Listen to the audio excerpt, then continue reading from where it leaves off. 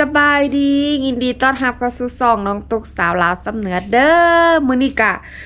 มื้อว่าได้ไปตลาดเนาะแล้วก็ไปเห็นเพิ่นขายตัวนกอันนี้กี่แม่นกขวาตัวนกขวาเนาะน้องตุกก็เลยซื้อมาทุกคนซื้อมาเพื่อหยังน้องตุกซื้อมาเพื่อเฮ็ดคลิป เบากันตรงๆซื้อมาเฮ็ดคลิปเนาะแล้วก็ซื้อมากินพอการสิ่งที่เฮาบ่เคยเห็นแล้วก็บ่เคยได้กินบ่แม่นบ่เคยได้กินดอกบ่ค่อยได้กินเพราะมันหายากหิงก็ซื้อเพื่อมาให้ทุกคนได้เบิ่งได้เห็นนำกันส่วนซีมหันน้องตุกซีมเด้อ เบาเล่นคือช่วงนี้หั่นน่ะน้องตุกก็อยู่บ้านแน่อยู่เฮือนแน่แล้วก็บ่ฮู้ว่าสิไปเฮ็ดอันเด้อแล้วก็บ่ฮู้ว่าอันนั้นน่ะได้มีโอกาสได้ไปตลาดแล้วก็ได้ซื้อตัวนกขวามาแม่พุดลองกินเบิ่งแม่พุดเคยกินบ่เคยแล้วคนเคยกินอยู่นี่เนาะโตบักเยอะนี่สัตว์ที่หายากสัตว์ที่หายากเนาะนกขวาคือตัวไก่เว้ยเนาะมันก็วิ่นอยู่อ่ะแม่บินตัวนกเนาะตัวนกขวามีแต่อยู่ไกลอยู่เสนีอยู่ไกลจังมีเสนีอยู่สำเนื้อเดี๋ยวจังมีแล้วอยู่กะบ้านนอกคลองหน้ามันจังมีเขาไปเอาอยู่ใกล้มาจังมีอันนี้เขาไปเอากระเดิมมาบ่ฮู้เนาะทุกคนเนาะแล้วเฮาเห็นเขาขายแล้วมีตุ๊กไก่ปลาแดงกับตัวนกขวานกตุ๊กอะส่วนหลายเขาก็ไปเอาไว้มาพาทีพุ่นน่ะอีเมลว่าสิเฮ็ดหมอกเนาะทุกคนเนาะนี่ตัวเยอะคือสิประมาณ2โลนี่ล่ะแม่เนาะเขาไปเอาอยู่ใกล้ๆมาเนาะประมาณ2กิโลทุกคนตัวนี้นะแม่ก็ลกไปเป็นอาหารจันยอดเขาว่ายอดซีนคือสิยอดปลาคือปลาเอียน อันนี้คืออันนั้นซื่อๆเด้อคำสุภาษิตเพิ่นว่าซื่อๆแต่น้องตุ๊กว่าอันนี้ต้นนี้ก็แซ่บแต่เท้ากินนี่นะต้นนี้ก็แซ่บแม่พูดลกไปเนาะเดี๋ยวเราไปสอกเกียมเครื่องใบทาเนาะคือมีขิงมีตาไคร้ใบอันเดินเนาะใบผักหอมเป็นหลางเป็นเดินทาแม่พูดก้อนเด้อทุกคนคือนี่นะอยู่เฮือนกะกำลังสั่งเล็กสั่งอันเดิมมาอันเฮ็ดแปลงเฮือนครัวนี่เนาะเพราะว่าทางกำแพงทางหน้าหันแล้วกำลังต่อตัวนี้แล้วก็ปัดบันเพียงหันเกาะเกิดสิแล้วละเด้อทุกคนเกิดสิแล้วละเดี๋ยวถอดมือเกิดสิไปมาน้องตุ๊กจะเอาหูลงให้เบิ่งเนาะว่ามันจะเสร็จแล้วแล้วก็กำลังสิได้ไปมอมเงินเฮือสาบานเนาะทุกคนเฮ้ยใ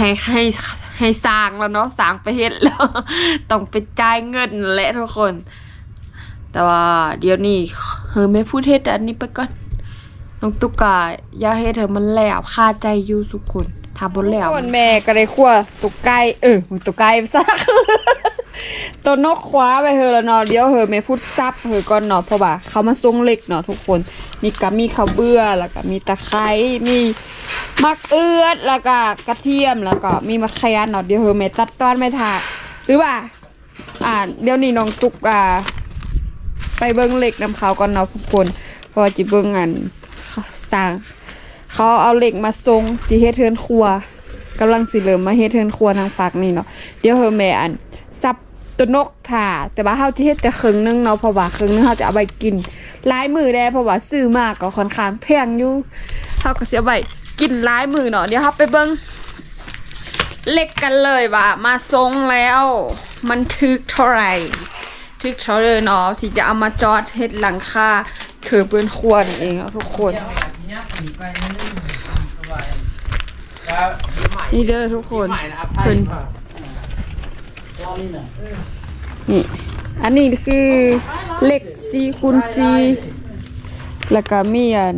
เหล็กตัวเบสอีกนึงเนาะทุกคนเนาะเพื่อนมาส่งทั้งหมดถืออยู่4หลานนะทุกคนจะมีเหล็ก4x8ราคา200,000เนาะ2 เซน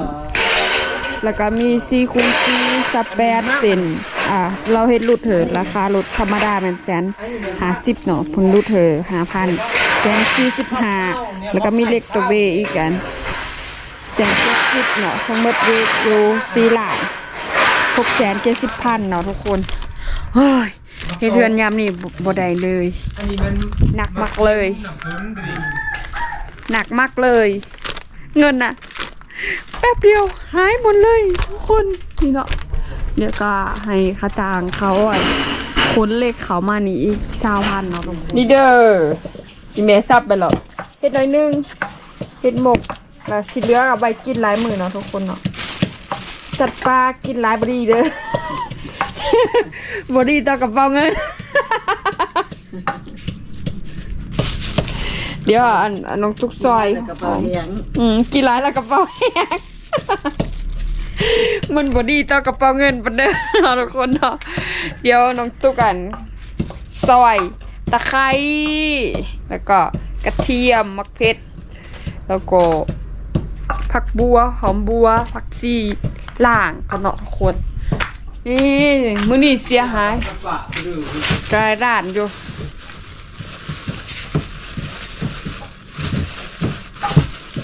มีหอมบัวแล้วก็ผักชี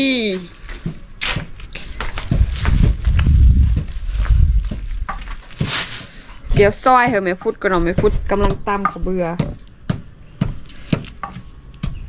เมื่อกี้อัน บายอกเลยว่ากินร้ายแล้วกระเป๋าแหงก็ที่จริงก็กินร้ายกับกระเป๋าแหงเลย กินร้ายบอดี้เพราะว่าถ้าแบบมีพยาธิประจำตัวเนาะคือแบบความดันบอไขมันบอประเภทสัตว์ปลาบออยากให้กินเป็นเดือดทุกคนเพราะว่ามันจะเฮ็ดเธอคอเลสเตอรอลของเฮาหันนะมันสูงนี่ทุกคนแล้วก็เอาอันหอมบัวใส่ลงไปกระเทียมกระเทียมลงไปเสื้อมือเอือดลงไปสรุปแล้วน้องตุ๊กบริเฮ็ดเด้น้องตุ๊กแค่ไทย อ๋อน้องตุ๊กกันมีเวียกไปนี่ไปนั่นตลอดเลยเป็นผู้สวยแม่พุดมื้อนี้ก็กินพี่มือแม่พุดเหมือนเดิมเลยทุกคนสวยกันจึงแล้วไว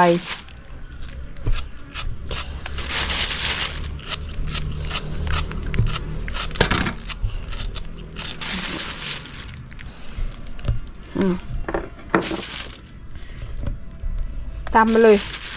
มักแค้นแม่นี่ทั้งเลย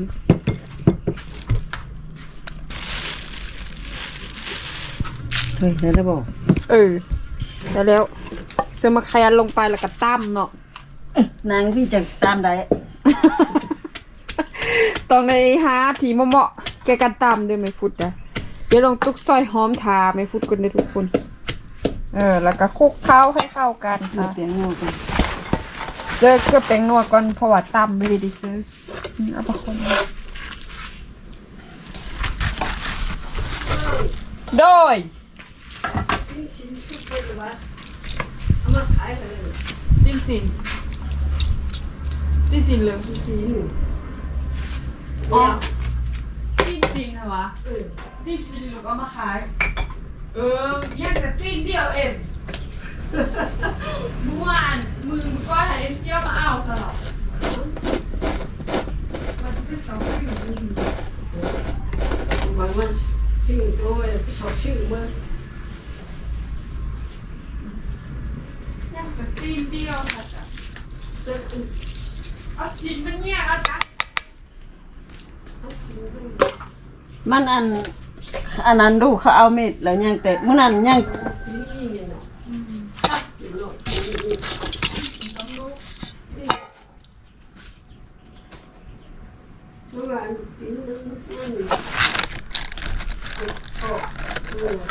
เขาเอาซ้ำเอ็มยังเอาซ้ำโง่เนาะ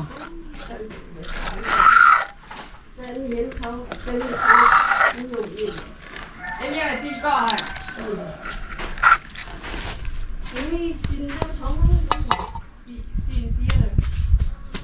นี่คนละเนาะทุกคนคนให้มันเข้ากันจะมีข้าวเบื่อมีหอมตำเครื่องเสือหอมเนาะพอเลย มีแต่ว่าเอาอันน้องเอาเข้มเยอะเอาใส่ลีลงอันโอ้เจออ่ะ ตองเอาก็เหี่ยวเนาะ มาแล้วหยิบต่อเดียวเลย ตองเอาเหี่ยวเนาะ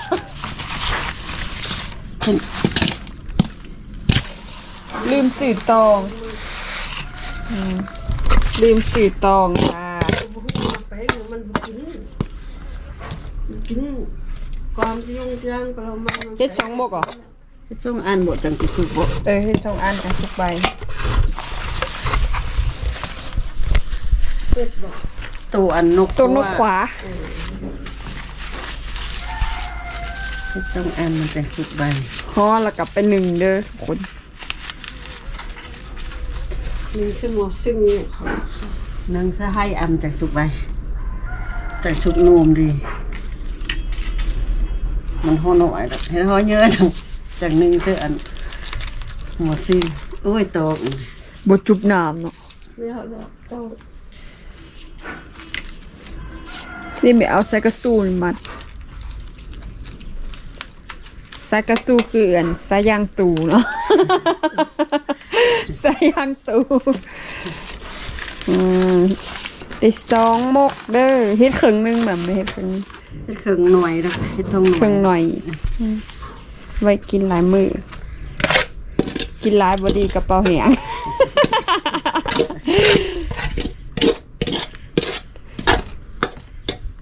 กินได้บ่ดี ก็ กับ กิ ปาน นแล้วว่าแต่ไปเสียงก็ได้บอก แล้วก็นึ่ง ตามมาก็คือเลี้ยงมาเขา ถอยนั่นก่อน ไปไง แล้วก็นึ่งค่ะ นี่เอาอีกย่างตูซะดู 3-4หัว นี่ดิ ใครของเอาไปหยิบมัน ย่างอีตูเดี๋ยวเบิ่งดูย่างอีตู ต้องก็ล่าหรอก ใส่ยางมัดตอกมันหัก ไปเอาไส้อันนั้นมาซื้อในหวานในโรงพยาบาลนะ แล้วก็นึ่งค่ะ นี่ นึ่งไปประมาณ30 นาทีเด้อทุกคนนี่ทุกคนครบ30 นาทีกายดับจักอุ้ยมือคง มือคง คือคน ป้าหอมข้าวสุกแหละเปื้อนเราเนี่ยลูกเบิ้งสุกแหละ แล้วสุกแล้วมื้อก็สุกแล้ว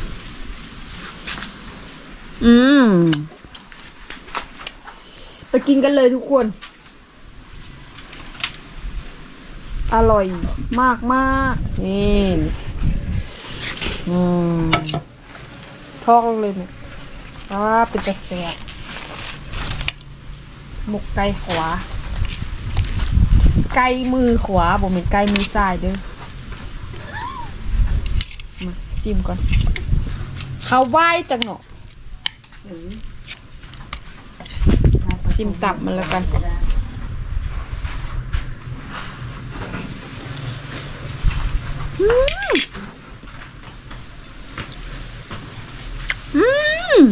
แซ่บหุ่นมะขยันดิแซ่บอร่อยหลังทั่วผู้มากับแซ่บมาทุกคนกินข้าวเที่ยงถ่ายคลิปเดี๋ยวถ่ายตอนเที่ยงนี่นะเพราะว่าบนโบมีเสียงเพลงเนาะแรงมาคือเสียงเพลงลึงตึงอยู่ตลอดมวนตลอดเวลานะอยู่กับน้องตุก มีเสียงเพลงฟังเนาะพร้อมบ่มากินบ้างแม่ตัวใกล้ขวานี่นะใกล้ซ้ายบ่มีโอ ตัวใกล้ครัว มีแต่ตัวใกล้ขวาแล้วตัวใกล้ซ้ายค่ะมี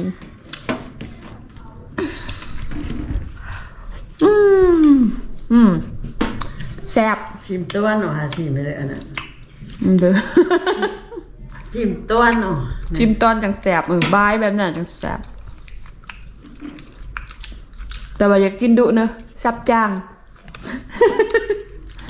กระเป๋าแปะ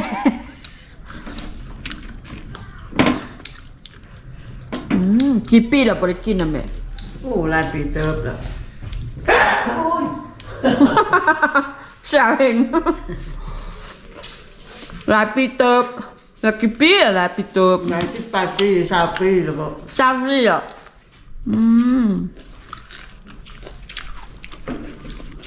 กินแต่ซื้อยังหาแต่ซื้อพออันยัง ให้เราสู้ สอกได้เนาะตอนนั้นยังสอกได้ตอนนี้คือบ่มีเงินก็คือบ่ได้กินเนาะเพราะว่ามันราคาแพง พอยังไปอันตมาไป ไปตั้งเขาว ก็ยังไปกิน แซ่บขาวหัวเม็ดแท้แอบนี่ทุกคน มากินน้ำกันเด้อ เด้อแซ่บเด้อ FC บายเบิงน้องตุ๊กบายตอน เขาตัวไปกินข่าวกันเด้อทุกคนแซ่บหลายเนาะตัวใกล้ขวา หรือว่าตัวนกขวานั่นเองเนาะถ้ามีโอกาสถ้าพี่ทันเดอร์หักมาสาขาเพิ่นหักขายแล้วน้องตุ๊กซื้อมาให้ได้กินเด้อถ้าบ่ได้มายามน้องตุ๊กหรือมาเที่ยวน้องตุ๊กเนาะถ้าบ่ได้กินไก่ขวาก็กินไก่ธรรมดาไปเนาะ เพราะว่าไก่ขวามันแพง ภาษาอยู่บ้านไก่คั่วอยู่ป้า ไก่สายมันอยู่บ้านไก่ขวามันอยู่ป้ายเพราะว่า มาเด้อกินข้าวกันเด้อขอตัวไปกินข้าวกันเด้อทุกคน ส่วนคลิปนี้น้องตุ๊กฝากทุกคนไปกดไลค์กดแชร์เพื่อเป็นกำลังใจให้น้องตุ๊กคลิปต่อไปเด้อบ๊ายบายบ๊ายบายเด้